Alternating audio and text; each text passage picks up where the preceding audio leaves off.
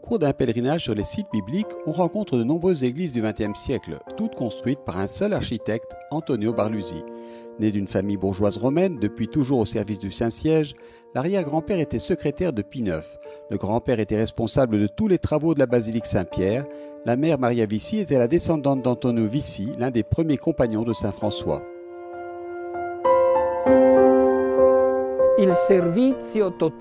L'entier dévouement au Saint-Siège et l'amour pour François sont les deux coordonnées qui guideront et soutiendront tout le travail de Barluzzi. Seule une vocation au service de la gloire de Dieu peut expliquer le travail titanesque de Barluzzi.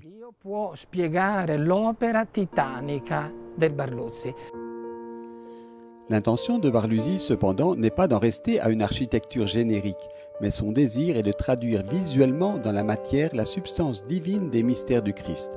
Il souhaitait que les pèlerins éprouvent des sentiments aussi proches que possible du mystère qui était célébré. Il voulait, en quelque sorte, dans ses sanctuaires, faire ressentir l'expérience vieille de 2000 ans des pèlerins précédents.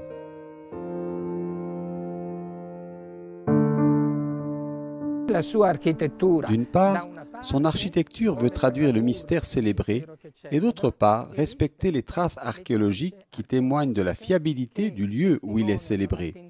À partir de là, il construit le sanctuaire en le connectant avec tout un passé. 40 ans de travail infatigable menant à deux résultats, tous deux négatifs. La basilique du Saint-Sépulcre, dans les années 50, ne se présentait pas telle qu'elle est aujourd'hui. C'était tout un échafaudage, une architrave qui se soutenait. Le délégué apostolique a l'intention de faire une basilique du Saint-Sépulcre qui célèbre le plus grand mystère de la vie de Jésus. Mais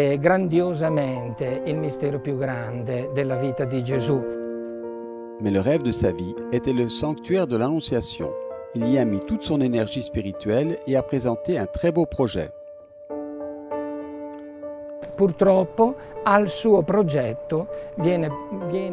Malheureusement, c'est le projet de l'ingénieur Musio qui fut choisi. Pour lui, ce fut une déception amère. Barluzzi finira sa vie à la délégation romaine de la custodie. Il s'est toujours senti partie intégrante de la custodie de Terre Sainte.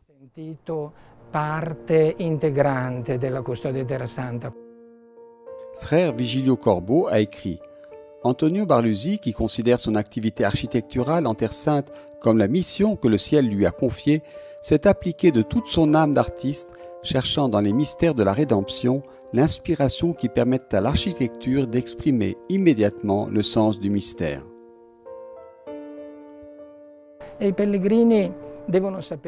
Les pèlerins doivent savoir que c'est grâce aux 40 années de travail infatigable de cet architecte qu'ils peuvent célébrer les mystères de la vie du Christ dans les lieux où il les a vécus.